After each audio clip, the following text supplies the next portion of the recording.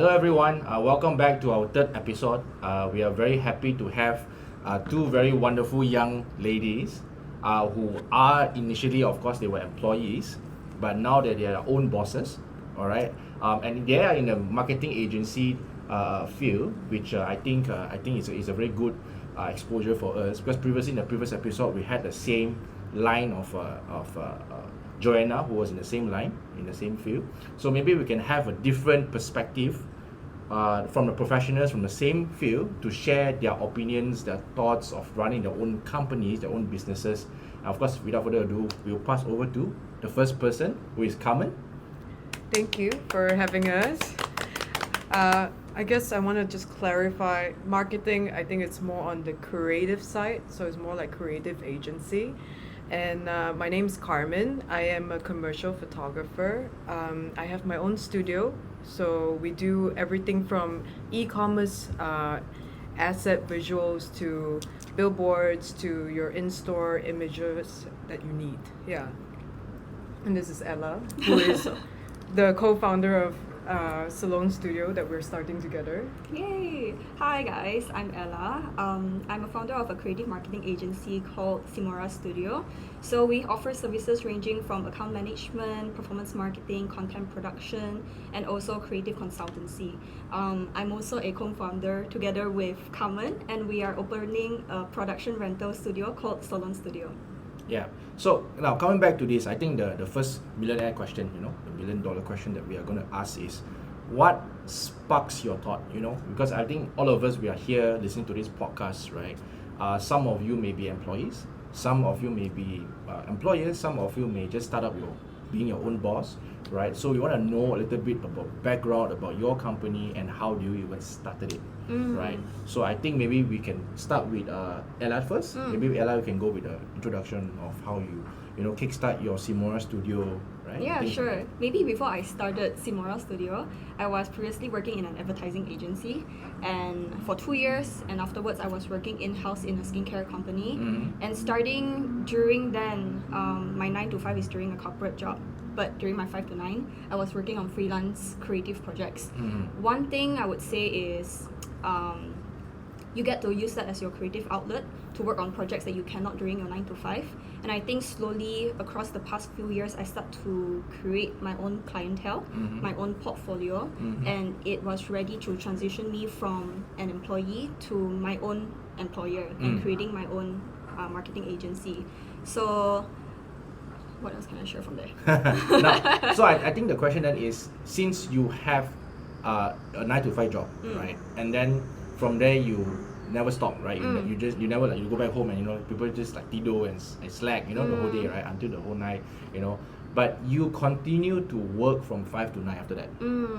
Now, what keeps you motivated and what makes you so determined that look, I have such stamina?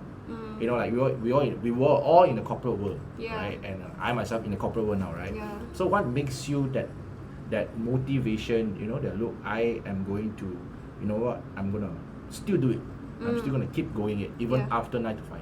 Yeah, I think it's good question. I think it's mainly from my upbringing.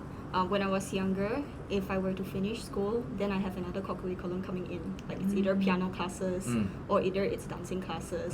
So going to all these classes and pursuing more of my hobby is just taking a break from studying. And when I'm studying, my body get to actually rest. And I'm actually doing that by working out, going for track, field, and also dancing at the same time, or like piano classes to like train the brain more, right? So the way that I see it when I was working my corporate job from 9 to 5, all the way to continuing it during my 5 to 9, it's me, the creative projects I got to explore during my 5 to 9 is me taking a break from the admin work, the structural work that I'm actually going through during my 9 to 5. And then when I'm in my 9 to 5, I'm taking a break from the creative projects that are more fun during my 5 to 9. Yeah, so that's what kept me going actually. Right. Yeah. Right. So at the point of time when you were, doing the 5 to 9, I would say it's like everyday thing, right? On a daily basis. Now, were you already planning to come out on your own? Were you already planning to, build a pathway for you to start your own journey, your own legacy, your own brand, which is what you have today right now, right? I would say yes, Right. but that thought didn't come in so early. What about you? For me, it came in early because I was working in an agency, and it's not a big agency. It was a medium-sized agency where I was not just the photographer, but I was also the videographer and the creative lead. You're a 报告料. I was 报告料, 3 hats, and I'm being paid 1 salary. And I was like, no way. If I started my own and I do the same amount of work, I don't think I'm being paid fairly. So when Right. was the moment where you were working in your 9 to 5? 3 and you months were in. 3 months in the agency work, I noticed the biggest problem. I am working to improve my work, but I'm always limited by my boss's budget. And how do I scale to be better as just an artist, not Right. even like a business owner? So is that how CKM Studio came about? Yes, that's how CKM Studio came about. I had a Right. salary, and then I rented a cheap space that could work as a studio. So on weekdays, I had my 9 to 5. On weekends, I was doing freelance work Right. in my mini studio. Right. So that took you 3 months in the corporate world. To realize I have to do that. Right. And then 6 months in, I locked down the studio. Right. So then, in a way, you are spending. So as compared to Ella, you are taking your weekend off Yes. for not for your corporate work, but for your own freelance work, work. where you are starting building your own brand, which is a CKM Studio. Yes. And then from there, I suppose you work from Monday to Sunday. Technically, yes. I worked Okay. every day. Okay, Yeah. now that comes the question, I think. How then do you get your own me time? You know, like things like that, right? Because we do a lot of podcast interviews and all that. So many people will say that, look, get a life, right? You have that Monday to Friday, you're so drained. For Ella, it's Monday 9 a.m. to 9 p.m. From Monday to Friday, and every Saturday Sunday you do your own freelance thing as well. Yeah. Of course, it's gonna be have your own some me time here and there. But how do you really juggle and balance where you have to deal with your family, your friends, your partner, you yourself, any siblings? You know, how do you then divide those time for them? Does it help that we both don't have siblings? We both don't have siblings. But The only daughter lah. only daughters, Right. but thankfully not spoiled. Yeah, we work thankfully really not hard. Yeah. But I think the biggest, I would say, discipline. Yeah. Discipline is so important because people say, okay, I work, for me, Monday to Sunday. But if I wake up an hour earlier, I can put in a workout. Yeah. That is me time. If I am working so hard, it means I have enough extra money to eat good food that's nutritious for myself. It's a balance of everything. When it comes to family, I'm more privileged because it's just me and my dad. Right. So maybe for you, you can add to how to juggle that. Yeah. Yeah. I think time management is really important, Mhm. which comes with discipline, right? So if we can put in the effort to schedule our meetings, put in the effort to schedule when are we working on our 9 to 5, when are we working on our 5 to 9s. Like you said, I work from Mondays to Fridays even during my 5 to 9. And I think the reason being why I can't just work during weekends is because the services that I was offering was mainly more towards account management and also social media Right. marketing. So it's always something where you have to talk to the clients almost every single day. You can't really afford a time to take a break unless you come to a point in your career where you learn how to draw boundaries with your client. Right.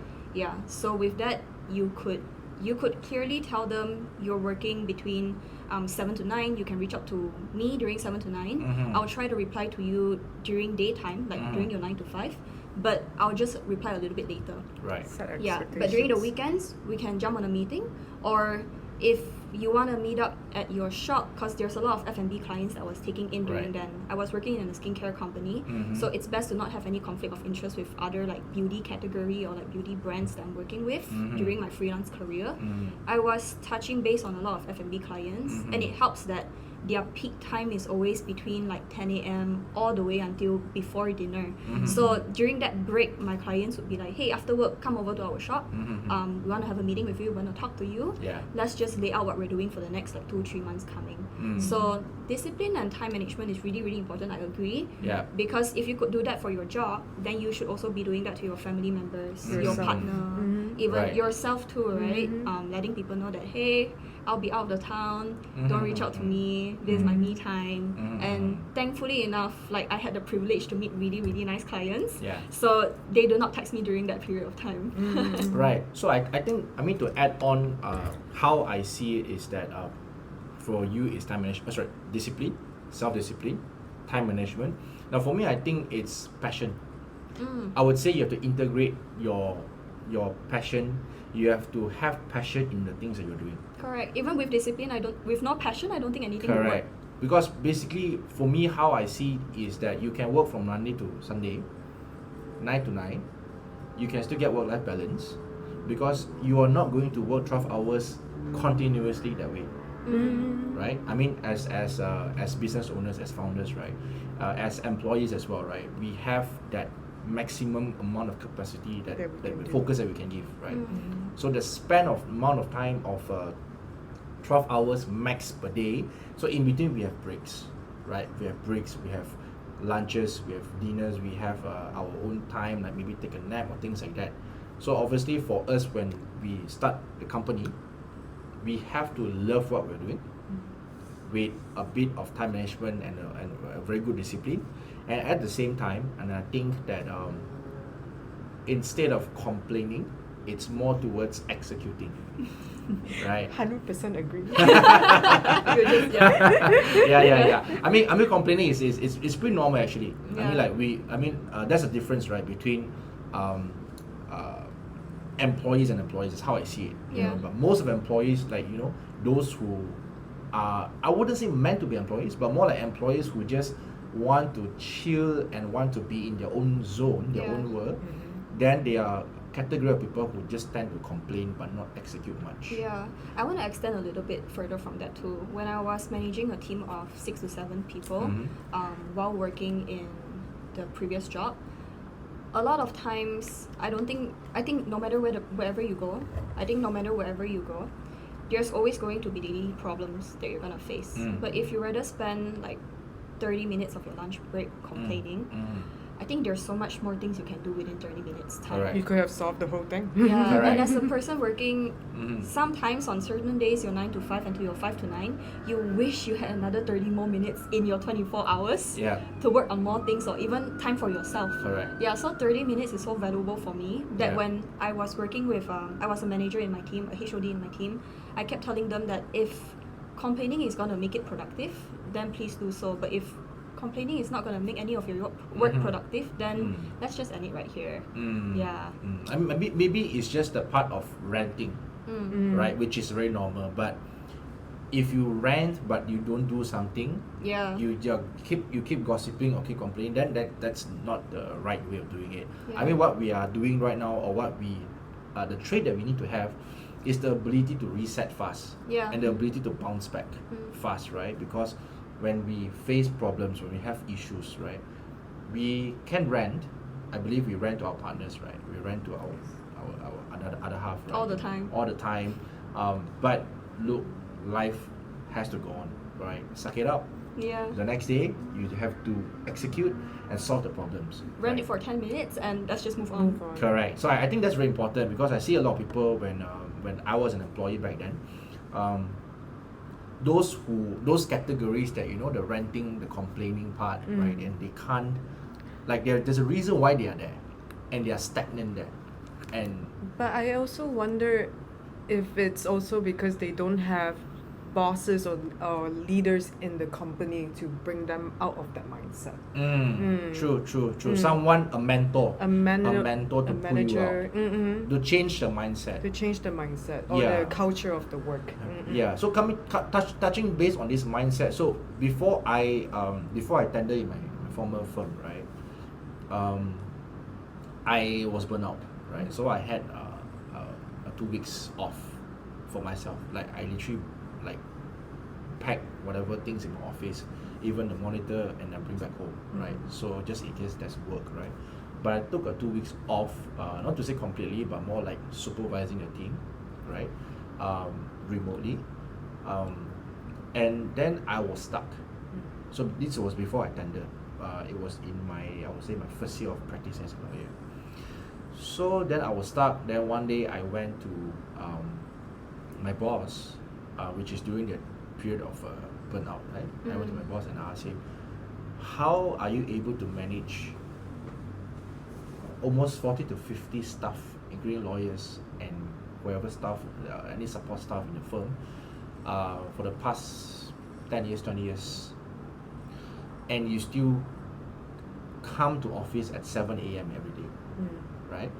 And go back home at 10 p.m., sometimes 12 a.m., right? And you're still having meeting. And how do you even able to cope with clients, with files, with so many things, right? So that he told me one sentence, I think it's very, very, very important. He said that, look, I know you are an employee now, but you try shifting the mindset of an employer. Then you would start looking things in a different perspective.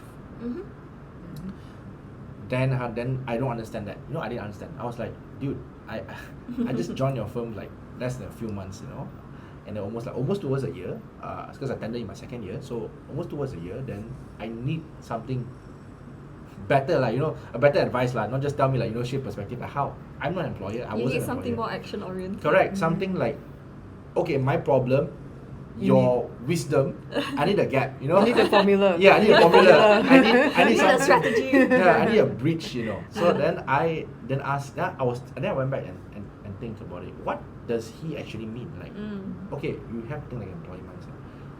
Then I realized, okay, if I put myself in the employer's shoe, okay, oh shit, I have to pay the cost, I have to pay the team, I have to pay, and then, right? Then I have to start thinking about getting money, right? Yeah. Now that is where I start thinking. I start working backwards, lah. You know, you need to pay the cost, so you need the money, right? That's the end goal. But you can't have money without clients, Yep. right? Then you work backwards again. You can't have clients without your existence, right? Then you work backwards again. You can't have existence without knowledge, because you have knowledge, so what? You have existence, so what without knowledge, you see? You can talk big and you don't walk the talk. Or you have the merits, you have the substance in you, but people don't know you. Yeah. Or you don't have the confidence. Correct, no confidence. Yeah. So then I realized that ultimately it's about self-packaging. Meaning you don't think like you're working for him. You're working with him. Yeah. Because once you start thinking about working for him, that's the employee's perspective. So I start having that thought, like, oh yeah, if I work for him, meaning he gives me the KPI, I just hit. So I have no direction. I have no sense of direction. You I'm let just someone set it for you. correct. So I just tick the checklist, Yeah. right? Then I start thinking about, okay, what if I set my own standard? I have my own. I want to build my own brand, so people know me not because of the firm, but because of my name. Then that is where I start thinking, look, I have to start self-packaging myself and not package my boss even better, right? So then that is where I start realizing, look, you are your own brand, you are your own market. Then I start doing all this, you know, BD, meeting clients, meeting people, right? Seminar, webinars, and things like that. So from there, I noticed that, look, my mindset shifted. Then when when you lap up with your friends, right, with your peers, right, then you start realizing that the things that they say is we have a different perspective already. Yeah. Because, oh shit, you are talking about how the partner scolded their lawyer, you know, things like that here and there. But my thought is like, oh, I'm not interested to know that anymore. I'm more like, I want to know, how do you bring in clients? How do you handle the cases here and there? So then the perspective shifted. Then I realized that, oh shit, the mindset shifted. Then your circle of people change. Yeah. That is where I keep it going. Then, oh, you know what? I'm not attended. That's where I realized that, look, there's a different step, you know, another next level of ball game lah. So I think that I always tell, I think this is the first time I share to everyone this podcast that about what my boss told me. And I think it's very important because we touch on the topic on, like how do we take a huge leap from having a safety net where you have your boss at the back, and it's okay lah, makan gaji lah, all the way to how we are coming out. So I think that is one thing that I would love to share to the public. Of course, maybe any one of you want to share on how were you able to, have the guts to transition. Because I can tell you one thing is that none of us here, or no businessman ever, will be telling us that, look, we are ready to start a business. Yeah. We will not be ready until we started it. Yeah. Even we are starting, even today right now, I'm not ready. I'm like, shit, there's so many things to go through. I think we're both still figuring it out. Yeah. Like, Yeah. we throw each other questions. Yeah, things that no one can answer us. Like, you It's can... up to us. Correct. It's all like DIY. So maybe for Carmun can share, what give you the guts, to like, what, I completely, like, what, corporate world, screw it, I'm out. And I want to start with my own brand, your CKM brand. This is a really hard question to ask because She just does it. in contrast to me, I have someone I work with very close. My I call her my media buyer because we started work together at that same agency I mentioned, where I was the creative lead and she was the media buyer. I left the company and she recently got fired from the company. And I told her, you are so talented. I can imagine my clients, if they need a media buyer, I got you, right? But for her, it's like, economy is unstable. I have never built a business before. Yeah. I'm just a media buyer. I'm not a business owner. And I've been also trying to figure out what is the key difference that I have and maybe for her needs to boost up to take that step. Where does your guts come from? Where does my guts come from? Being an only child.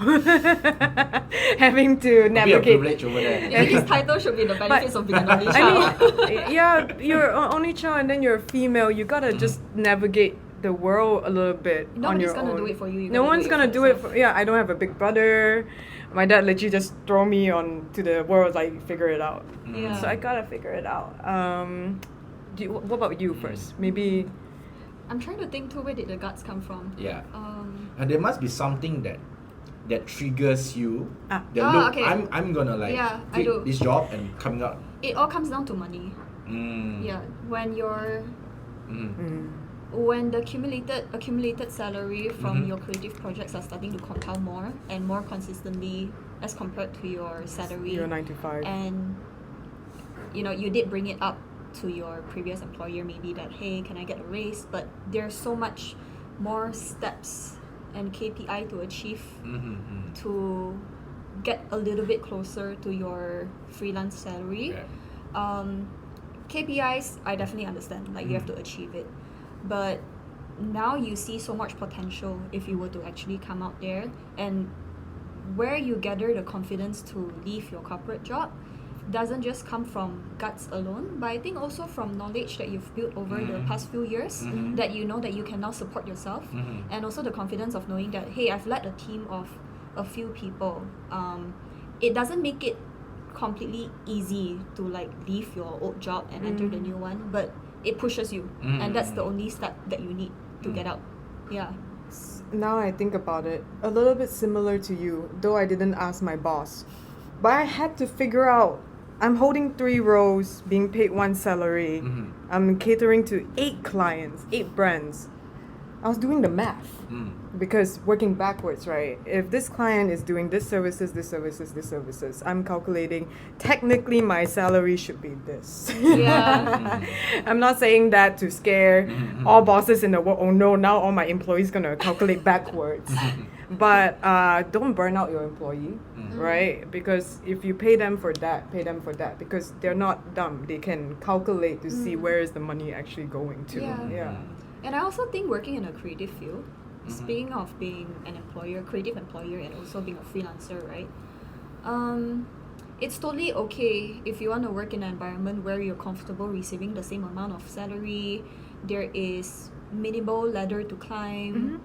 It's totally fine. But if you get paid the full salary while working on a project that you're so proud about, Mm-hmm. and you see your vision come to life. I think that's what injects like even more passion into a creative, Mm-hmm. especially in Malaysia, where the creative industry is not too overly saturated. Mm-hmm.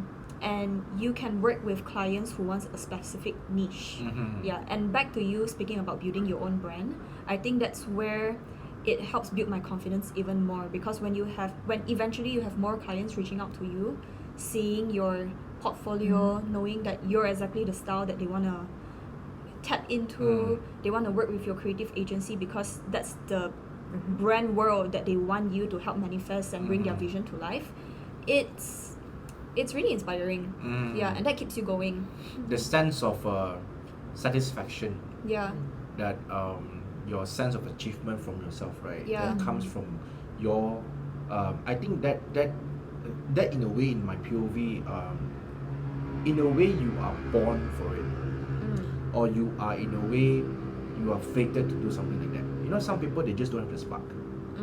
Like, oh yeah, I mean, for let's say for my field, right? Oh, we won the case. Some people will just, oh, okay, good. Yeah. But they don't see the sense of satisfaction. They just see the spark, the bright, that we won the case. Hello, we won the case, Yeah. and we are young. We won the case. So that kind of spark many people don't see, and some people just take it like, you know what?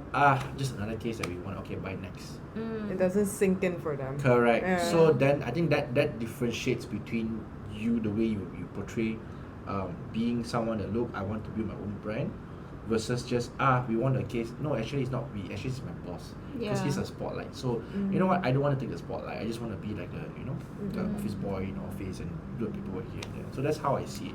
Yeah. So now coming back to how you all have explained, I wouldn't say gut, maybe not gut, maybe it's more towards I think for you it's towards the results that you've achieved.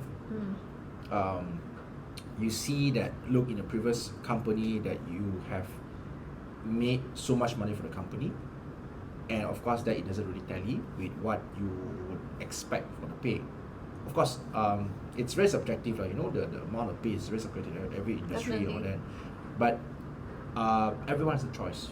Some people will say, I'm complacent, or I have commitments. I'm safe. I just wanna keep it going like that. And if the boss give me bonus, I'm happy about it. If the boss doesn't give me, okay, Yeah, I just stay there. definitely. Some people are like that, but for you is, you took a huge leap, right? As for you, you calculated 3 hats, right? And then eight branches. So 8 times 3, 24. So you should get 24 times of the salary that you ought to be given, right? Now, which is it makes sense as well. Actually, it makes sense It's because realistic. yeah, it's realistic because I think you get what you work for. If you get, so you see, the thing is, if there are 10 employees and 10 employees are getting the same pay, but only 5 are performing, then I think you should do something for the 5 performing employees, right? That's how I see it. Now, we have touched on that, how the two of you started from being employee to start your own firm, own company. Now, then the next question would be, what is your fear or your struggle that you have started your own company now? What do you face most of the time?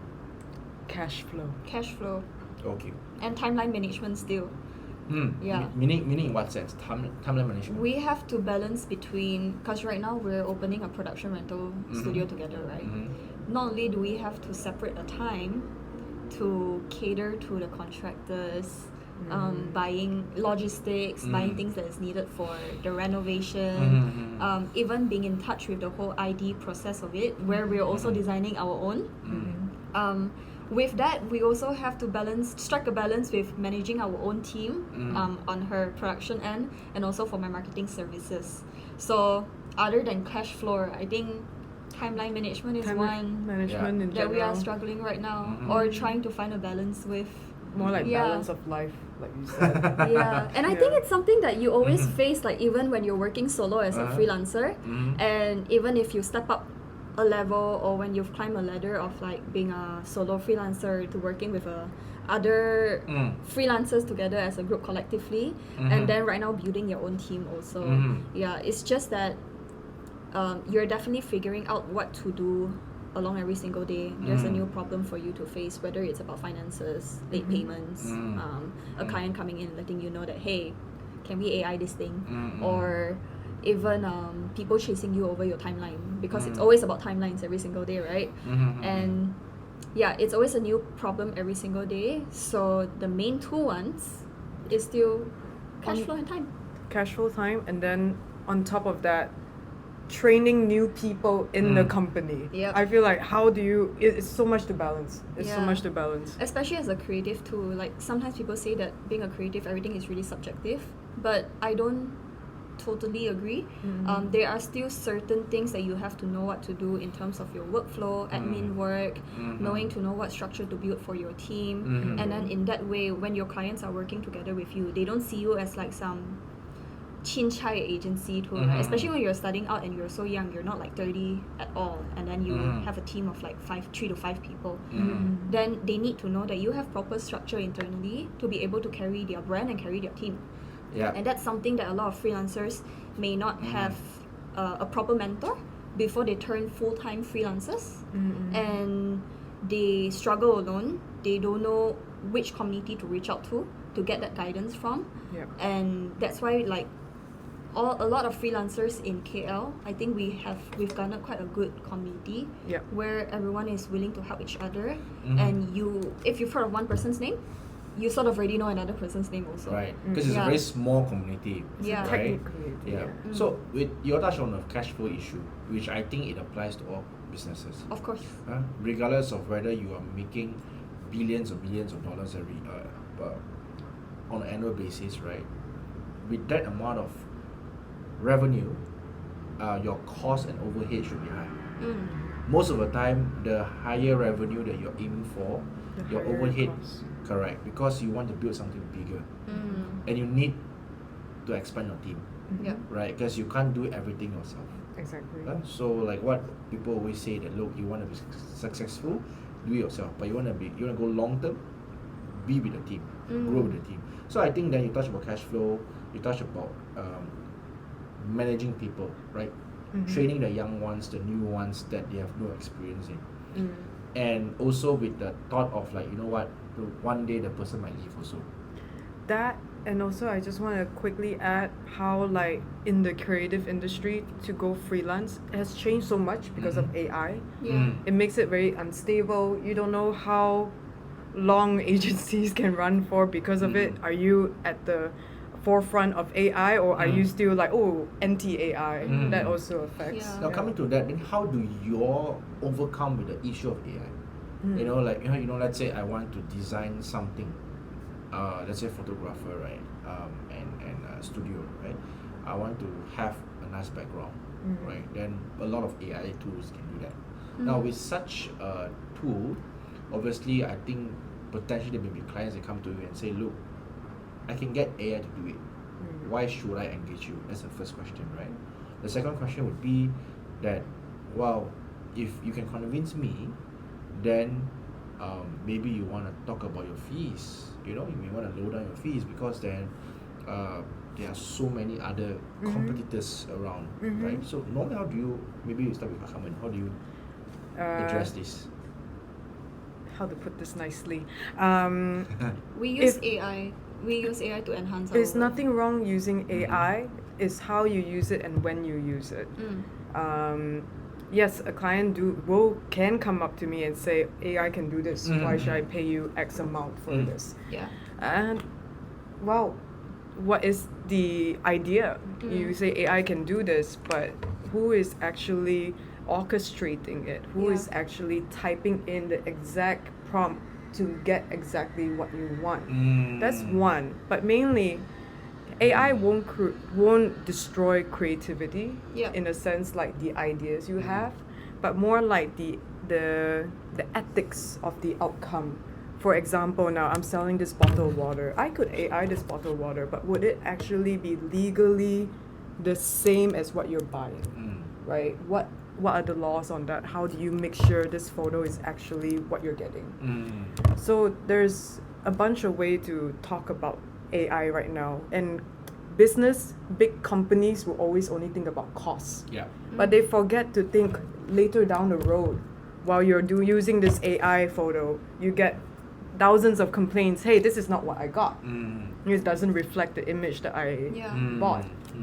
So yeah, Authenticity, Yeah. the identity of a product that companies want, the clients want. Yeah, Right? I think it goes down to substance too. Like we are definitely not against AI. We use a lot of AI softwares for our work to prepare mock-ups before a shoot. pre-planning. Yeah, maybe to even enhance the quality of our work further. The To make- problem the to- problem comes from when you do not inject prompts or the correct substance into AI Right. to even know what's the identity or what's the richness, the storytelling that you wanna go for to market your product. Because if you start to get lazy from there and you're letting AI dictate how you should market your products instead, that's where we have a problem, because you're hiring a creative agency to create a storytelling from you for you, but you don't even know where the storytelling is coming from.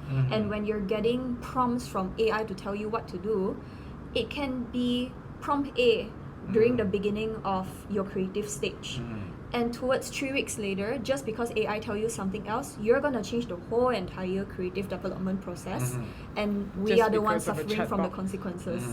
Yeah, so if you have a very, very stern objective intention substance that you're going for from the beginning, and you're asking AI to enhance it even further, create a more rich storytelling from there, that's where we can execute it out for you and make it come to life for you, where to a level and area where AI could not help you in. Yeah.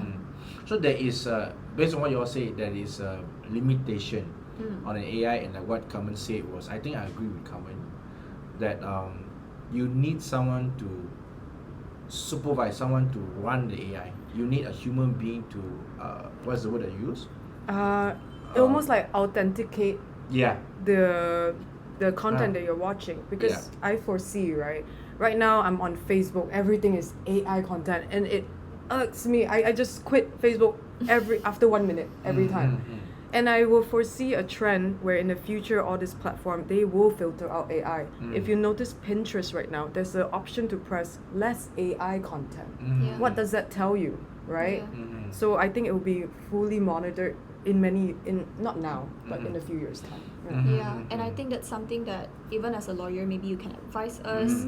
And when it comes to contracts, freelancers may not even know that how their images can be used. How to Right? navigate if your clients duplicate your photos through AI.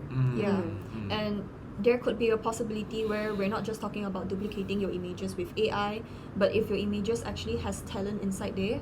Imagine your model just going to your set, and 1 year later or 3 months later, when the image bank is completely used up, they were just smiling like that, and 1 year later you see them like lying on bed, or they're in a garden, and that's something that we've never shot at all. So is that against human rights? You know, we pay our models loading fee when they're on billboards, when they are actually printed in the store, or whenever they're like any certain type of printed materials. But now that we've generated them with different poses using AI, now is that images part of them? Is it still them, or is it now just AI? It's a very, very fine line. Correct. I agree with you. Totally agree with you. That's why.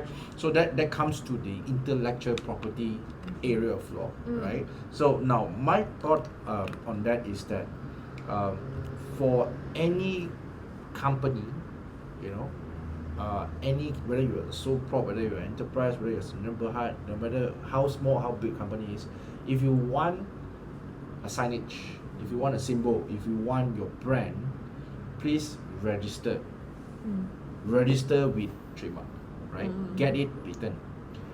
Register it, even though you're gonna pay some more money, but at least I don't think it's a lot. But that will protect you for your forever usage, no matter what. Okay, so register with it. Even if you see that, oh, okay, never mind, I think it's okay. No one will use my thing here, and then no one will. Sometimes people, you just crop your model up there. You crop your images, your face up there. Some people will just crop your, like for example, let's say, a lot of websites, they have this KL view, these sites here and there. All this, you have photographer who took it. But why some people still use it? Because they never register the trademark. Yeah. They never register with it. They never do the registration. So people use it, and too bad, it doesn't mean that it belongs to you, because it can just be a picture on Google, right? So the first thing first is register with it. Like your let's say your studio, you have your own CKM, Simra Studio. You have your own brand, own logo. Register it immediately, no matter what. Because recently we have this. I think we it's a potential client. The client wants to buy over a brand, but it's in Singapore, right? But the company is a Malaysian company. It's just that the brand has been used and has been consented to be used in Singapore, right? Now they want to buy over because they want to sell their brand, their own logo, right, their own symbol to this my client of mine, and they sold it at a very high price, almost 200k Sing dollars, with just one logo, because that logo itself, it's a brand that people know and it makes money for people. So some people would take it and buy. So let's say if you one day you want to retire, right, you want to stop, but you want to keep the brand in existence, right? Yeah, then you can sell your brand off. But if you don't do that, then people you use it, or people, or let's say you close a company, then people can use your name, the same name, and you can't do anything about it. So like I think recently you all know this the China brand which was being sued by LV. Which one? It's a China brand with, you know how Oh, I know The this M one? one. They followed like the logo mark. the floral, Yeah, the floral logo mark logo. of Okay. LV. But what's the Yeah. brand?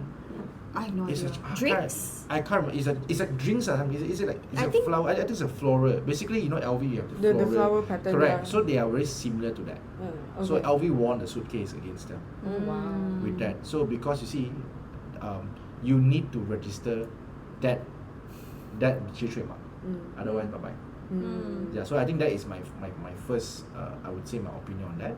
Now, of course, coming back to the second question that you said about breaching the human rights, breaching the Yeah. privacy. With models, with talents. Yeah, all this data and everything, all here and there. Now, you see, the thing is, I personally think that if you don't do sufficient protection for your own prototype, your own model, for your own whatever like, that you have produced, your artwork.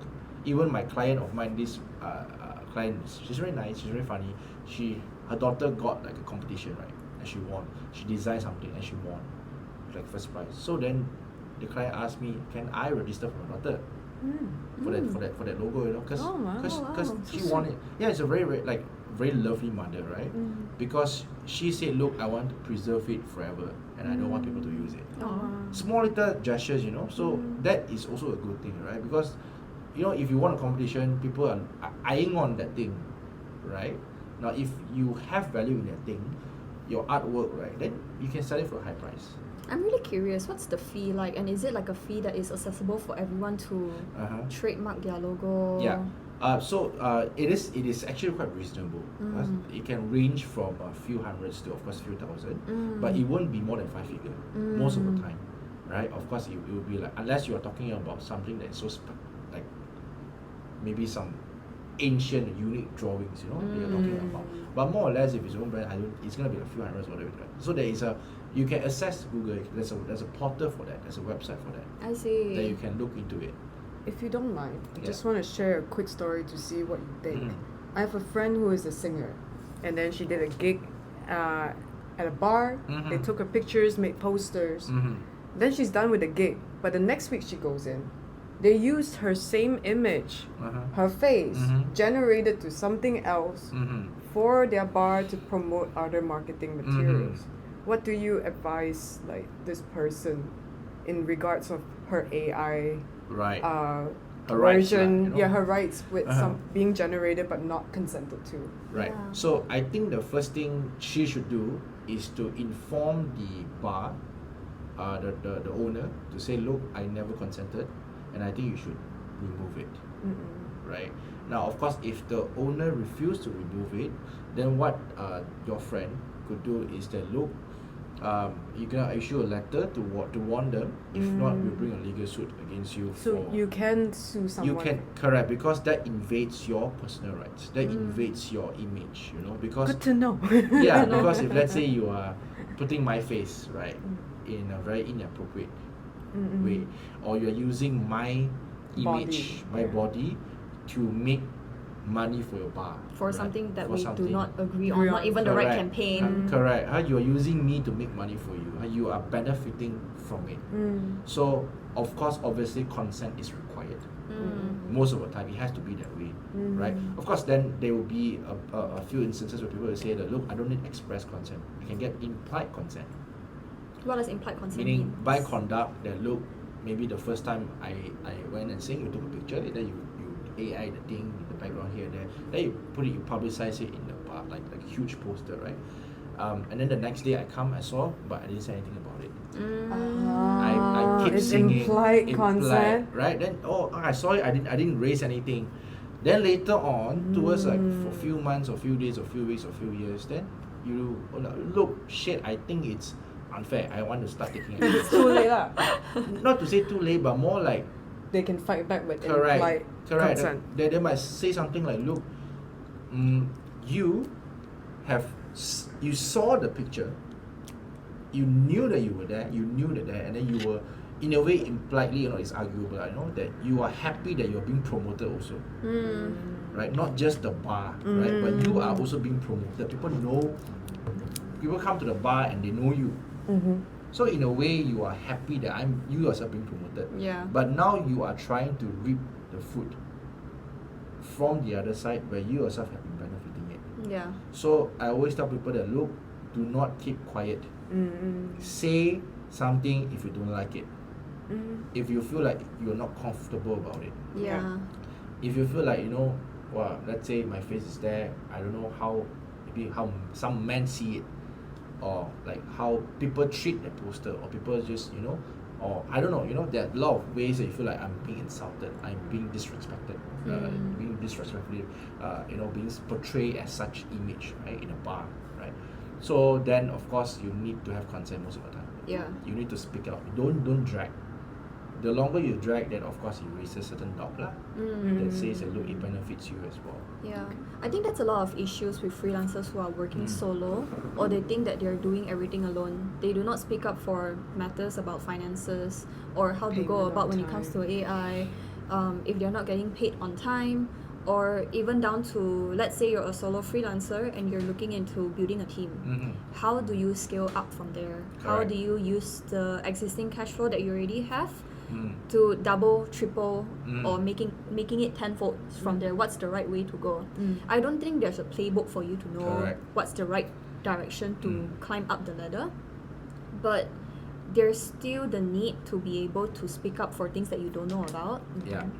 and find guidance from the right experts on Seek where help. Seek help. Seek out. Yeah, Yeah, seek help. I would say anyone, anyone, even if you're an employee, right? You have, also for an employee, you are looking at the corporate ladder, right, to climb. So you need to seek help, right? For us, we are expecting 1 mil revenue to 5 mil to 10 mil to 20 mil every year, right? So we are looking at that. Obviously, you need to ask around, because there's no book. Like you can read a lot of books about business management, about self-enrichment, right? But those are the author's experience. Those are the Yep. author's personal POV, which is correct. But then how do we get the source? So these authors can fix our mindset, but they cannot give us a bridge Yeah. on how are we going to cross, Yeah. right? What types of bridge? So that is one thing that I always tell people that, look, it's all about DIY in this world. Whether you are an employee or whether you're an employer, you ought to DIY yourself. You ought to fail. You ought to fail and reset and bounce back fast and keep going it. And what I think is that if the cash flow is something that is hindering you in terms of your scaling up the team, then maybe you shouldn't focus on a bigger team. Maybe you should focus on your right mindset. on how you are going to be good in managing your cash flow first. Correct. So that is where it's a self improvement in that sense first. So when I started out, it was small. It was very small. Me and also a couple of founders, which I think Ella's boyfriend, Lena is one of it, Michelle, and of course my girlfriend, right? So the four of us. It was very small because at the point of time, all of them, except me, they were all part-time, right? And then my mom was there because I need someone to be physically there for my calendar, my meetings and all that. So she's like a PA, but I cannot afford full-time.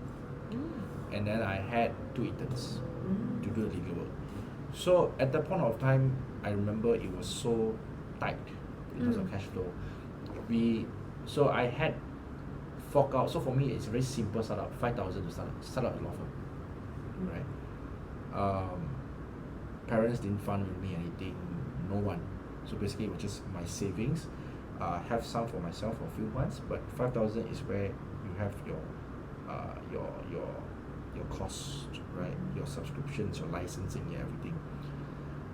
Then from there, I was thinking, shit, next month, how am I gonna cover, right?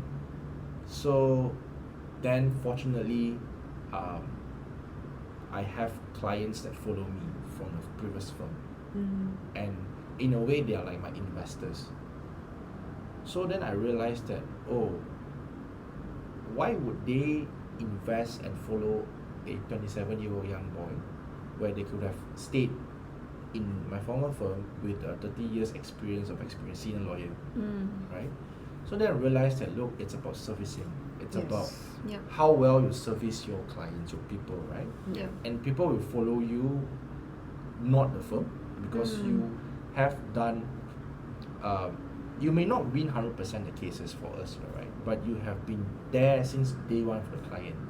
You pick up the urgent calls. When they are panicked, you calm them down. So they feel like, look, I can trust you.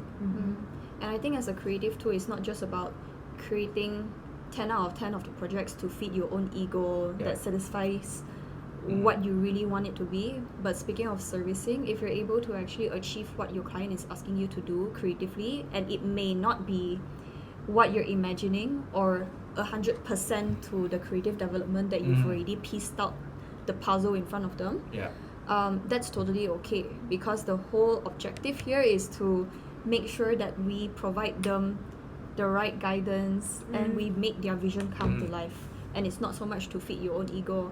So I think for freelancers in Malaysia, or I think anywhere else in the world, you still have to have a very business mindset when you're doing work, even if you are a creative. Yeah, you need to balance that out.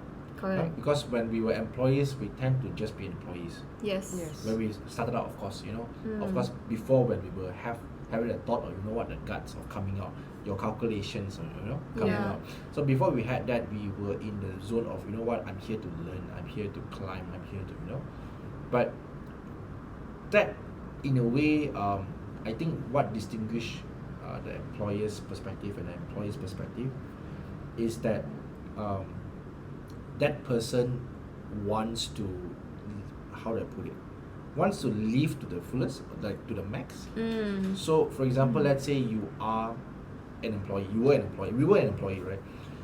We would always be thinking, look, I'll just clock in and clock out and do the minimum or do the bare minimum, right? To hit the KPI and I'm good. But because people like us, we have something that we want to do more, to live to the max, right? Like, of course, you see, at least for me, my goal is not to be like richest lawyer in the world, but more like towards achieving financial freedom. You're only young ones. Do it now. And with creatives, I think we all struggle with budget allocation or knowing when to start scaling up. Similarly, like what you mentioned just now, is it the right decision to actually hire a bigger team? Is that the definition of success for you, at least for the next 1 year? Or should you be actually allocating the budget to somewhere else, like investing in equipments, investing in a better structure, like looking for clients who don't just, transitioning yourself from just working one-off with your clients to maybe getting more retainer contracts. So there's so much ways for you to scale, and volume doesn't mean everything Correct. as a freelancer. And I wish that's something that a lot of people understand even more. Just because you have a company of like 50 people, yes, it is a level of success. But if you're just starting off as a freelancer and you're not even freelancing full-time for, let's say, 5 years, then maybe expanding your team may not the Be the main best goal priority. that you're looking at. Yeah, Yeah. it's not the main priority. There's so many more other things, like even as a photographer or as a marketing director, there's each on its own way.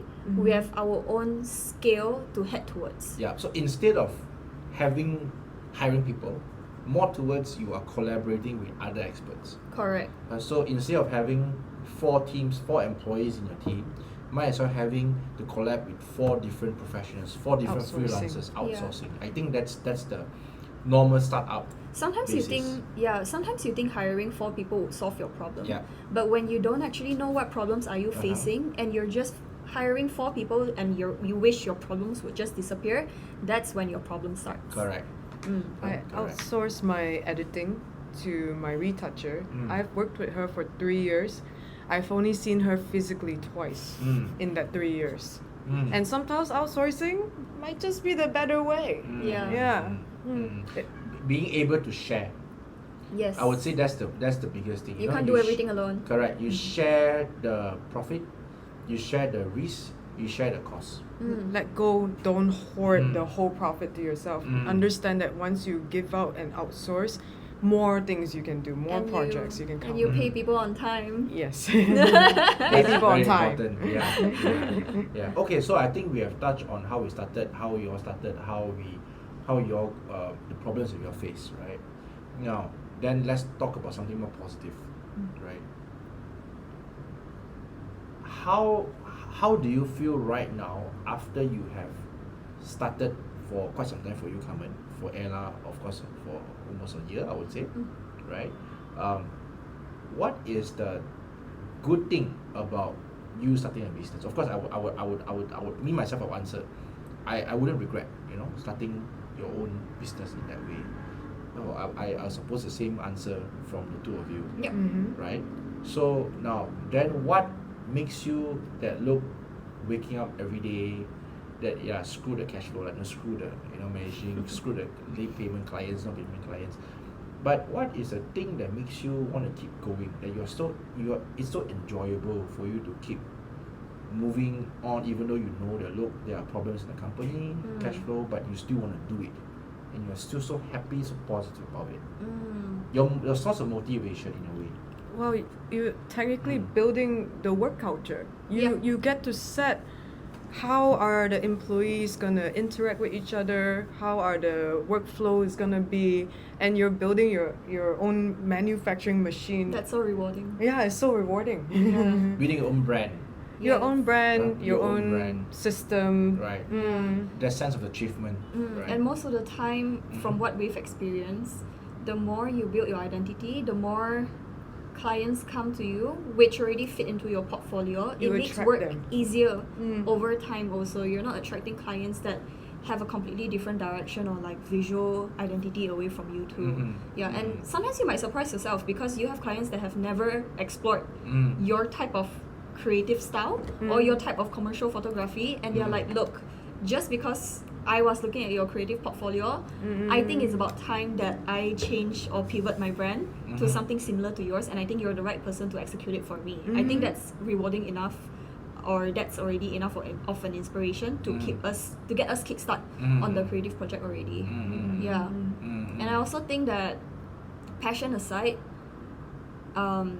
going back to mindset, not talking about money, not talking about things that do not happen for the next 3 months yet, I believe that if your mind is such a nice place to be in, you don't feed yourself a lot of negative thoughts, you don't doubt yourself a lot.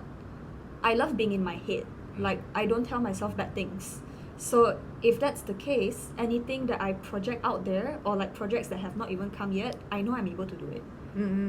As long as I find the right people, thankfully if the budget aligns, and it's just about doing it. Just do it. Mm. Yeah, don't think too much about it. Just do it. Yeah. In a way, it's a positive reinforcement Yeah, with yourself, right? yeah. Yes, Okay. bad things happen along the way. Clients may want to tweak one or two things in the middle, but that's Mhm. not the worst. Yeah, you can get over it.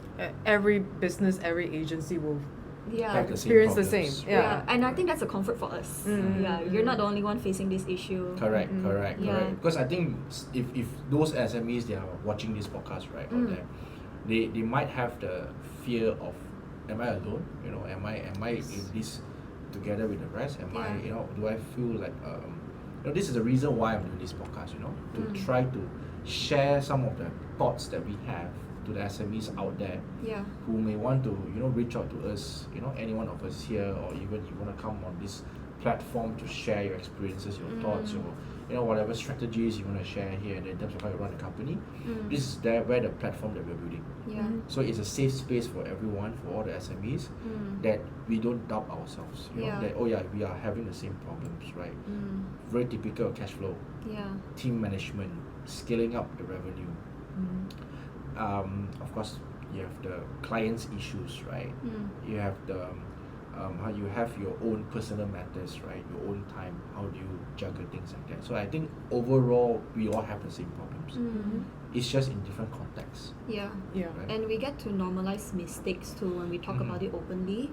Yes, there are some mistakes where it's very grand, Yeah. and then there are some mistakes where it could be solved as long as you Mhm. pick yourself back up and solve it in the next hour. Yeah. It should be normalized, and if you I would say Don't- accepting the mistakes lah. I would say like more towards like admit that we are not the best. Admit that we can make mistakes. yeah And drop the ego, seek help, and I think that's the best thing. yeah And also just start doing. I think a lot of Yeah. people they think, worry, Hesitated a lot. hesitate. Yes. They forget to Hmm. just do, focus on your work, focus on yourself, and know that whatever you put out, it will attract back the same energy, the same positive. yeah Yeah. I face a lot of people working under me who spend too much time thinking, and they ended up using one full day to think just to get themselves to start putting action into the work. Yes. Yeah. Mm. So That hesitation is one little step it distinguishes between employee and employer. yeah. That's how I see it. You know, I don't think, I mean, I'm sorry to say, but not all businessmen are smart. And if businessmen are smart, in my POV, they wouldn't hire people to work. I think all business people have audacity. Correct. We have the audacity, right? We have that guts. We have that, you know what, we want to do, we want to build something, right? But those who are really smart in school, you know, there are those who are really excel in college, in uni, sometimes they work for those who skip classes. You know, those who Yes. who don't really excel in school. Those where your discipline teacher, you know, at least for myself, like, you know, that, oh boy, you know, those unexpected students, right? So I think that is why the definition of successful is very subjective, because to those people who excel in the studies and they climb the corporate ladder very fast and all that, because you know what, but they just want to be in their own comfort zone, they are successful in their own definition. Yes. Yeah. Right? But as for us, at least for those who like for me, at least me myself, I'm not the book smart. Yeah. I'm not the smartest in the room, I'm not the smartest in the class, but I just take the risk. So I think the risk taker is, being a risk taker is a must for us. Definitely. As a business owner. Correct. 100%. And the risk, of course, you have to take calculated risk. Yeah. That's very basic, right? Then of course later on, once you have calculated your risk and then you make some mistakes, and then you have someone to mentor you, you have someone to whack your butt a little bit, and Yeah. then from there you learn, you maneuver here and then in a way, 1 day, 1 year, 2 years, 3 years, then you become better, right? Yeah. And that is where you start giving back to the society. That's where you start giving back to the juniors. Yeah, and I feel like as a creative employer or an employer in the creative industry, Mhm. risks come in so many ways. Yeah. Risk could be you creating a structure that may be Mhm. different from another design agency or creative agency. Yeah. Risk could be allocating workload for your creatives, and having hard conversations with them, whether subjectively whether their work is their output is good enough, or whether it's not good enough, because creativity is so subjective, Yeah. but you still need to give them a constructive feedback. Yeah. That's also part of the risk. Mhm. Risk could also be how do you want to scale up your agency, like as a creative agency, or previously myself, I was a solo freelancer. Is building a team like the right choice for me? Is even creating a production studio the right choice for me? But as long as you know what's your ROI, what's your intention, what you're using the space for, how does it help with your cash flow realistically, then that's where you should make the right step to scale up. Yeah, and I think to all the anyone who wants to start a business, right? That's how I see it. Is that do not be greedy. My Do number not one be philosophy greedy. in That's what your dad says. Yeah. Do Number not be one. greedy, because if you have the sense, you see how I see is that when you run a business, when you operate a business, you don't work for the money. Meaning that yes, you do, right? Technically you do, but your mindset cannot tell you that look, you work for the money. You work for your own brand, for yourself. You create your brand yourself. You package yourself. You market yourself. That is how you should first think of it first. People won't come to you if you have no value. You may have a lot of friends or like datin and all that, but there are so many people out there, right, that have better service, that offer better service than you. So why you, right? So do not be greedy. Invest in yourself first. Then the money will come. So I think that's very important, right? Do not be greedy. Willing to share, because I know a lot of soul props, some of my seniors, when they start their own company, their own firm, like freelance as well, freelancers, they tend to, you know what, I want to earn everything myself.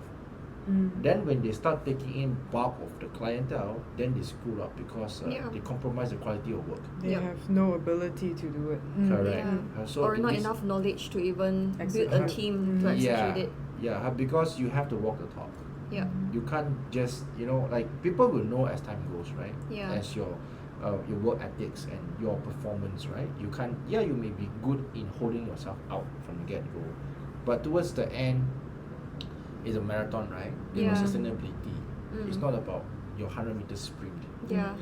If as business founders you have the mindset of, look, I want to leverage on this client, I want to squeeze him out for one go, then I'm going to discharge him, then that's the wrong mindset, Yeah. because then your reputation hurts. I also think Carmun would agree with me on this. Yes, we shouldn't be greedy, but also we should be humble enough to have a certain amount of creative ego to not lowball ourselves. Have standards. Have standards. Yeah. Choose Yeah. your standard. Choose your standards. Choose your Yeah, standard. yeah. Set a 'Cause- benchmark for yourself. Because that's one big issue that a lot of freelancers in Malaysia have to. They lowball themselves. They lowball themselves. Mm. They care about volume.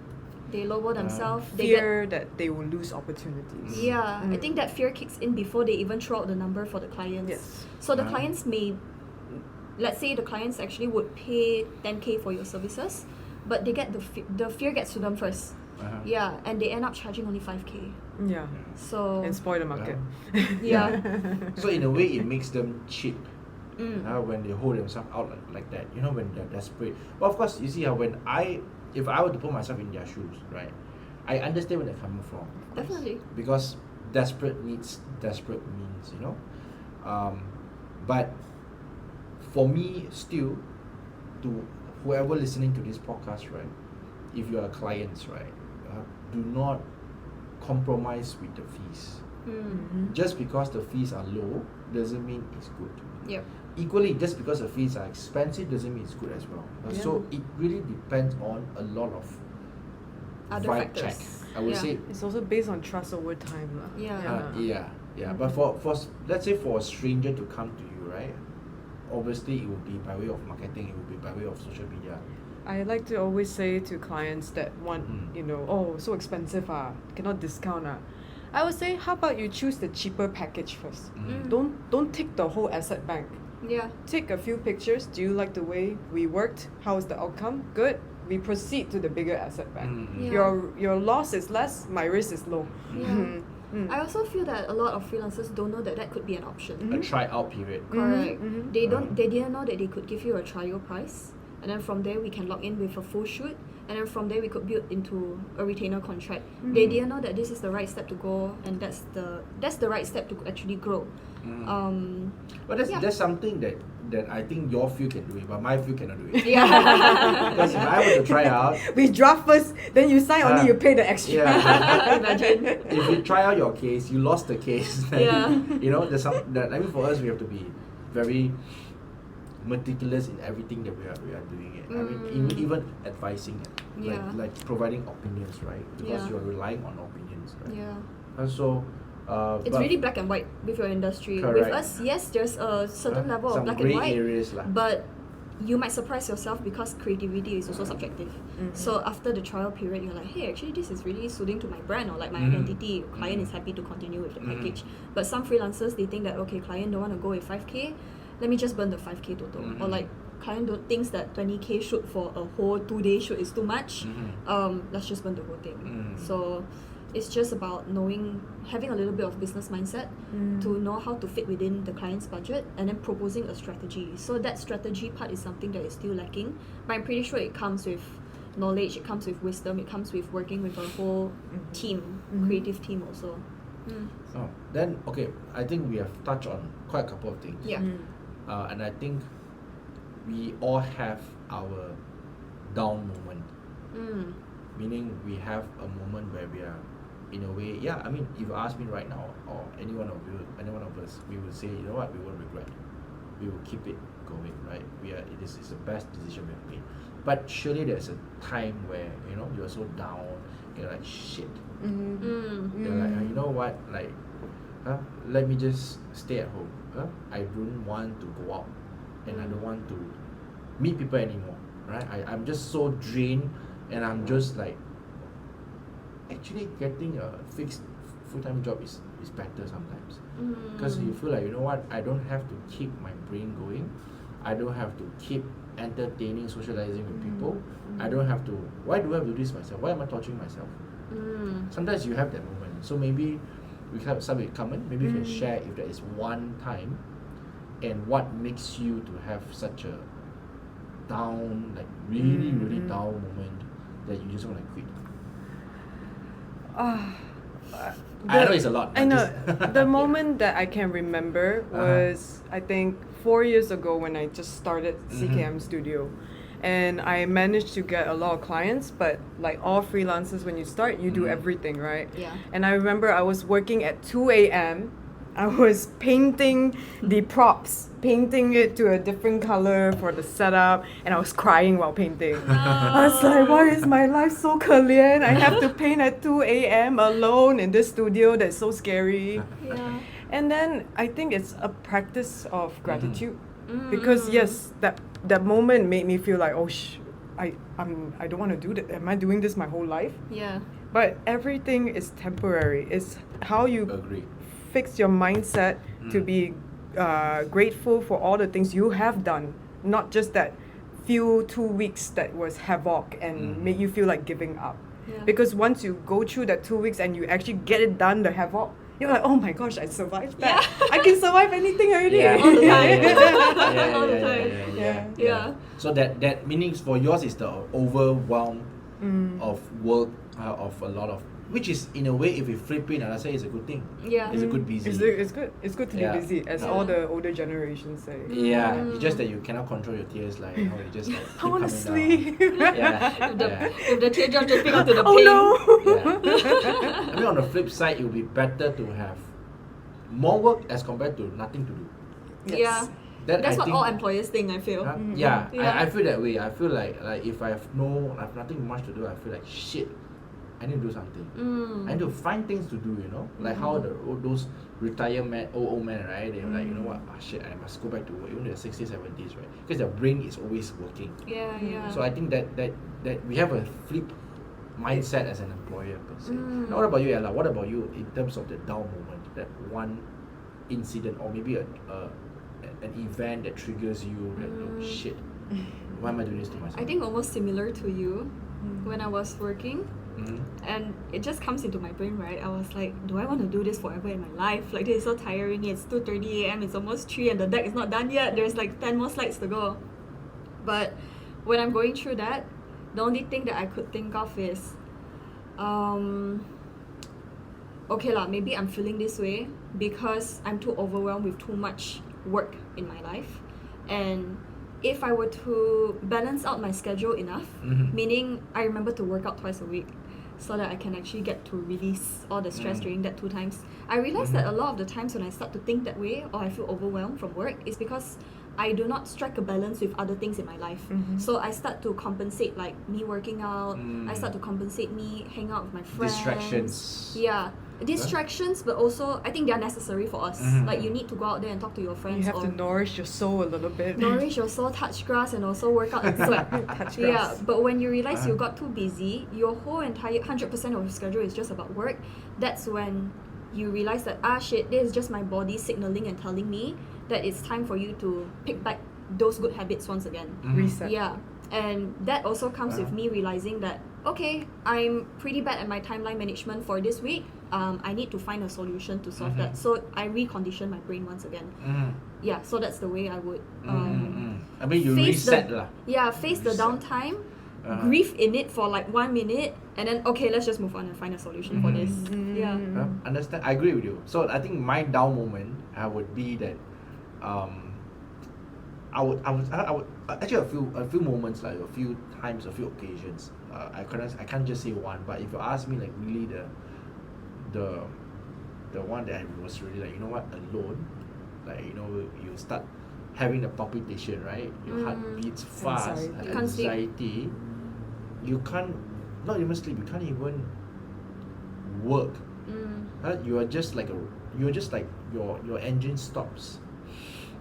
So that was when after tender, then I remember on the first day. So we started this firm on the 1st of July. So I remember in the morning I went to the bank. Oh, it's just your anniversary recently. Congrats. Correct, thanks. Yeah, 6 days ago actually, 7 days ago. Congratulations. 7 days ago, 1 year. Yeah, shit, I don't know how we how even go through the 1 year lah, you know. So coming back to that, so I went to the bank in the morning on the 1st of July. I opened a bank, right? Because you need to have your own bank account. Yeah. For law firm, right? Otherwise, your client cannot pump in the money to your own personal account because that's a breach of ethical rules, right? So we have to have our own account. So I remember opening an account. I didn't know what to do. You know, I was just like, I have no one taught me how to do it. So I went there, almost half a day spent. Of course, my mom was there, lah, right? And then We had this recently. I look at her, she looked at me. I was like, shit. I still have a lot of things to do. Because, you know, just because I left, but the files are following me, so I have to still do the work, right? But to start all this miscellaneous administrative work, you know, to start the company, the firm running, I have no direction. And then when I opened the bank, I was like, why you took like 4 or 5 hours to open a bank account? What took you so why do you have to take so long? So apparently they have to do the conflict check, they have to do my background check, they have to do a lot of searches, whether you know I default any payment lah, my secrets lah, whether my profile is clear lah, you know, things like that. But also took me so long. Then I was like, shit, my work is waiting for me at there. And I have so many calls and emails from the client and also from the opponent asking me to reply here, there. And you have already quit. I left already. Okay. So I left already.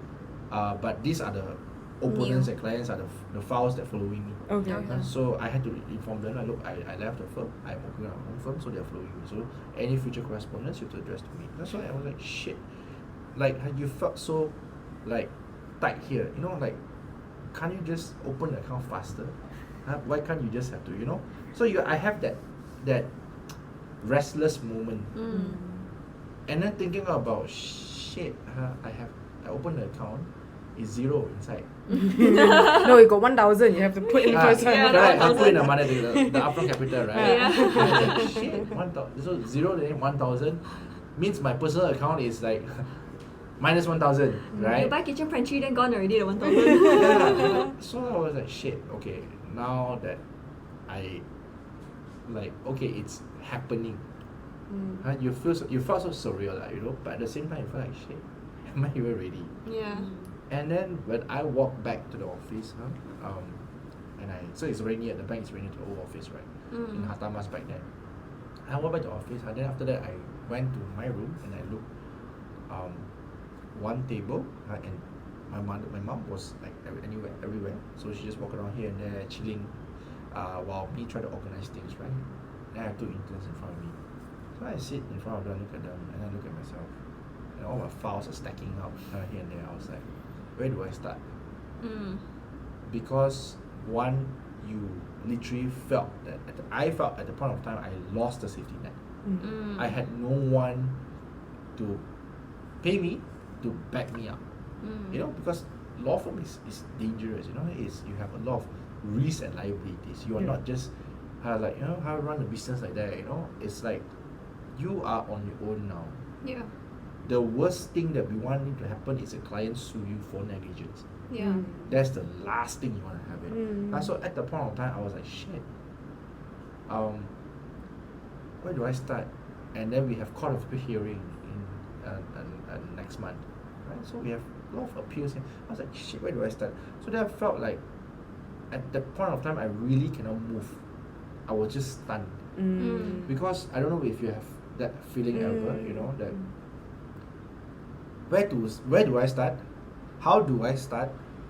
How do I pick myself up and to start it, right? So I was just thinking like, how? I look at my bank account, my office account, 1,000. How do I increase the money coming here and there? And then I wouldn't say breakdown, but more like I was just alone there, sitting alone down there, watching the two interns working, and I just look at them. I don't know how. I can't do anything. I can't instruct. So they're just doing the work. I'm just looking at them. I sat there for a few hours. I would say few hours. I didn't respond to any calls, any messages. Few hours. I was just like, me myself alone now. How? After a few hours, what happened was that I told myself, I talked to myself lah. You know, I just said, you know what? It's not too late to go back to work. It's not too late to just go to my boss place and ding dong, I'm coming back. You know? Does that ever pass through your mind sometimes? I will admit, once a year I go on a job interview for fun. For fun, to know my value. To know my salary is got increased or decreased. You're just like me. I do that when I was working in my previous company too. I'm like, is this the right salary? I hope they don't see this video. Yeah. Yeah, so I just like, it's not too late to go back. But then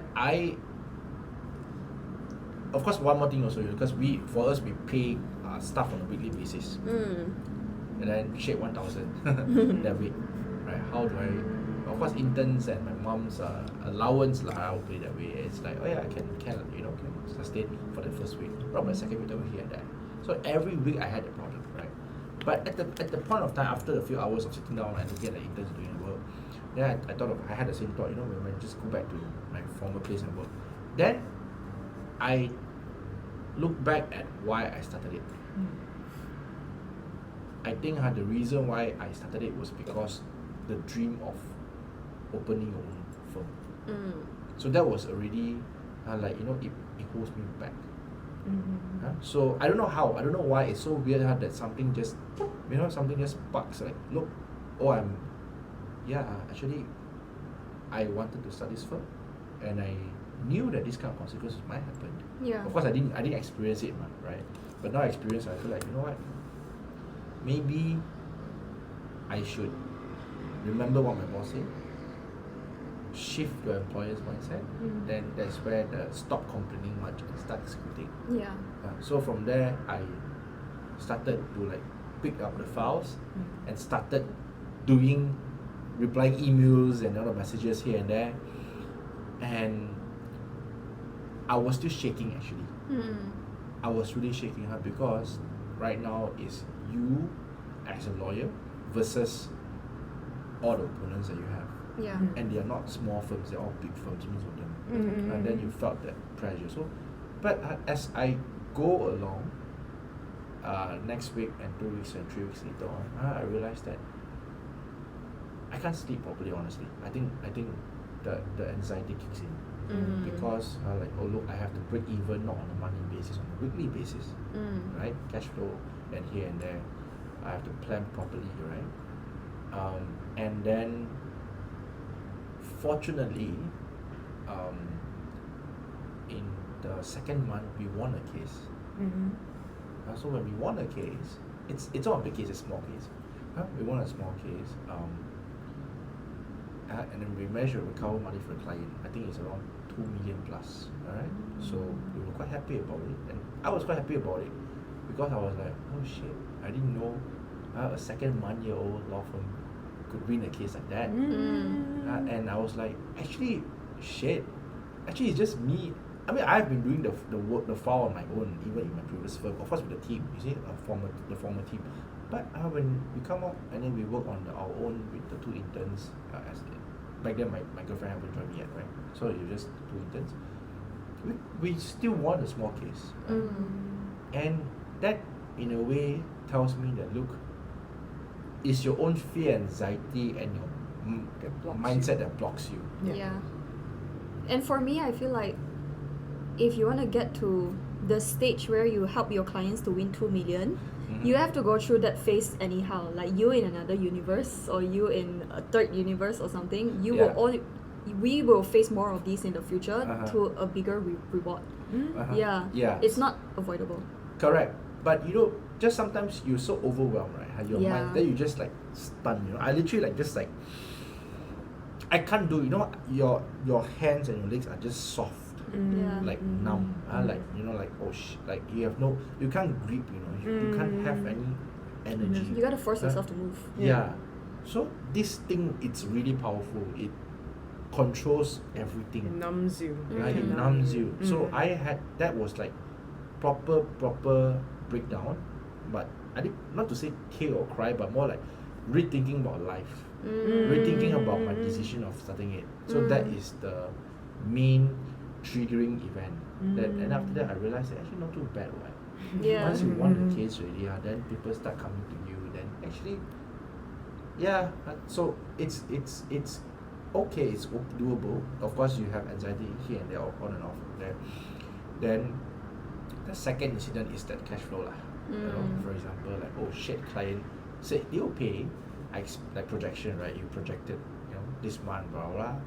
Then suddenly your projection 80% is not aligned. It's just correct. It doesn't fulfilled. align. It doesn't even fulfill. Like 80% is not. So like shit, how do I do it? Alright. And even I have a thought of like, you know what? Shit, let's go for personal loan. Let's go for selling my car. Mortgage, charges, and all this. I'm not bullshit. using this LV bag that much. I think I can buy a camera. Literally, I had a thought also, like, you know what, let me go and find any shoe I can sell. You know? Any shoe that, you know, because I'm a shoe lover, right? So I can just sell any shoe for a few hundreds just to cover some of the like electricity bills and water bills and that. Sometimes I had a thought of like selling, you know, things here and there. Then it's weird sometimes when you have that thought, in a down moment, it's like a test to you. It's like a test for you, you know. Then the next day or the next week, then there will be some new clients coming in. There will be some strangers contacting you. There will be some friends that refer cases to you. Which is like, shit. You just gotta keep going. You don't know, you know. You don't know what's gonna happen next. But right now, it's like you are just like down. Like you can't do anything about it. Do we still have time? Yeah. Okay. I'm pretty curious. Because as a creative, maybe you can also join in this conversation. Do you say yes to 100% of your projects? And when it comes to your field also, do you say yes to 100% of your projects or 100% of the people reaching out to you? Because personally for me, maybe because we are also in the creative industry and we know sometimes what the client wants doesn't fit into the portfolio, we had to be stern enough to say no. Same goes to you, right? Don't overpromise. Be confident when you say yes. Don't, if As long you're at least 80% confident. Yeah. at Lower than least- that, please don't take the project. Yeah, You're gonna yeah, cry and be like, Jason, cannot. Yeah. Do you have to say yes to 100% of the projects or 100% of people reaching out to you? No. No. So, being desperate for files, it's not a good thing because It's the same across all industries. I guess. because people will sense your Desperation? correct, Mm. and also in a way, you have this saying that if it's not meant for you, it's not meant for you. Yeah, definitely. I say Some- that all the time. Yeah, sometimes if it's just like, oh, this opportunity arises, right? And yeah, like in a way, you had a taste of it, but you don't get it. So maybe it's some sort of lesson for you that look, it's not yours. Don't take it. Mm-hmm. There will be something else coming.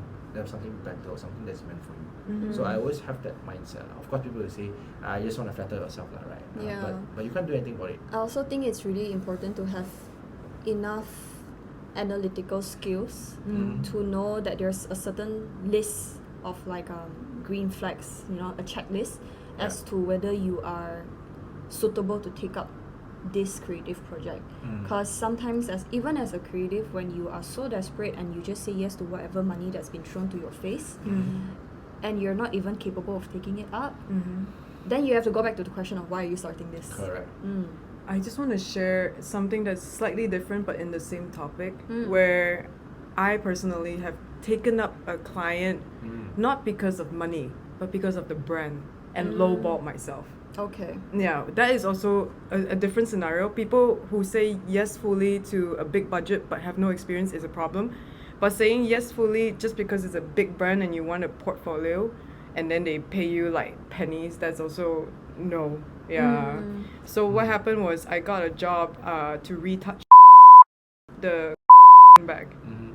But then I didn't know Okay. I didn't know it was to that caliber of retouching. Didn't- Yeah, so it's a luxury brand, but I didn't know that. And when they engaged me, I just thought it was a regular bag, normal retouching, no massive color grading.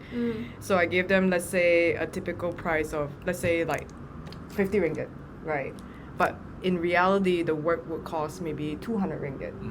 But I eventually found out, I'm just gonna say, yes. And then they came back again. And now it's still 50 ringgit. That is an issue too. Yeah, the long-term Long-term projection. thinking. Yeah. But sometimes, I mean, for us, it's unavoidable, you need a portfolio. But of course, you don't downgrade your quality of work just because you have these big companies and you compromise the quality of work for the small companies. Yeah, That- and I also feel like sometimes when the client is really happy with your work, you'll be very surprised that sometimes they're willing to even pay you that extra fee that is your original fee Yes. because they're happy with your work to begin with. Yes. But some people are just not comfortable or they don't have the guts to share their feedback or what they're unhappy with and they're forever settled with that low amount. And they come complaining to you about how 这个月没有钱 Yeah, yeah, 这个月一点空 yeah. It's just the consequences of your own actions. Yeah. Agree. I totally agree because I feel like you have people who take advantage of you, which we have to be very careful. Yes. At the same time, we would, at least for the legal side, we will try to help those who really are in need, right? Because sometimes you just want to give them a second chance of, it's not like the same field as you. Like for us, it's let's say the client being sued and really no representation, no money to hire a lawyer. We have to do like pro bono sometimes, or we charge a very minimal fee. Only if you can show that you really cannot afford it, right? So that at least you won't go on the verge of bankruptcy or like company being wound up. So I think more or less we have touched quite a couple of things. So maybe before we end this whole entire seminar, maybe just one last question. What is the advice that you all want to give to those ambitious fresh graduates in the same line? Or even if those, previously in the second episode we had Joanna on board, she wasn't in this line, she was in a different line in her studies. but then her job completely changes to a different field. So maybe you can share two categories. One is to those who are in the same field, does marketing, business, and mass comm in a degree, and to those who didn't do it but interested to do it in their as their work, as their future freelancing work. So what is your advice in terms of that? Maybe we start with Ella. Yeah. Maybe as a creative strategist, or if you're pursuing a career being an account executive, a content producer, a performance marketer, as a fresh grad, I think it's totally okay if you work in an agency and you have a really good mentor. So even when times are tough, you realize that there's so many information for you to take in, you feel very overwhelmed, just see it as an opportunity to learn. You would rather be in that space than to be in a space where you're super comfortable and no one's telling you what to do. Because you could be 20 or 21 and you're happy that you're going to work, you have no guidance, you can do whatever you want, you can clock out anytime you want. Yes, it's very comfortable for 1 or 2 years, but the moment you hit 25 years old, you're like, shit, is this what I want to do when I'm 32? And by then it may be, I don't want to say it's too late or too early, because nothing's ever too late to start, but if you knew you were in a space where you can get proper mentorship, what helped me was that when I was in the advertising agency, I had the strictest director managing me and I had the strictest senior. And yes, I was crying while I was working in front of my laptop throughout MCO, but so much of the values and lessons that I learned from my agency days were brought to my culture, my work culture now, how I'm teaching my team, and it was very productive and it was very effective. So don't give up so quickly as a fresh graduate. That's what I would say, don't give up so quickly. If you're from another industry and you're looking to pivot into marketing, firstly, know what industry, what are your kind of clients that you want to target. Do you want to target mass market clients, niche clients? Do they have a certain portfolio and standard that they like to live within? That's one. And based on that, you can tap into step 2. What's your strategy towards attracting them or creating the services that they would need? So always customize your services based on the clients that you want to reach out to, rather than to work the other way. Because if you're just jumping in to the sea and you completely blind, you don't know what you're trying to target, you don't know who are you trying to work with, I believe you cannot go anywhere from there already. Yeah, be very, very clear with the intention that you're setting in. Direction. And with that, it also helps with your pricing, it helps with your deliverables, it also helps with your expectation of the timeline. Can things churn out very quickly, or does this project have to only deliver your batch of like collaterals within 4 weeks time rather than 2 weeks? That's where you can set an expectation, because with your pricing, if you're charging your clients really high, then obviously they want a quicker turnover. But if you're charging really low or average, then yes, they can follow your timeline, they can follow your schedule, and that's where you can step in and plan ahead also. Yeah, so I believe if they've been working in other industries, feel free to also gather the strengths, wisdoms, or knowledge that you get from other industry and inject it into what you're working right now. In, let's say you used to work in the lab, pharmaceutical. Right now you are doing marketing for pharma companies or like fintech instead, then why not use your previous knowledge and you are the best spokesperson to market for these certain industries. Just in a different angle and from a different department, but you know exactly who your target audience is, your demographic is, and what do they actually need. For photography is a little bit different. For if you're a photographer or videographer who is thinking to be a freelancer, just remember this: our knees start cracking at 30. I think at 40 I don't want to touch my camera lah. That's why I'm a business owner.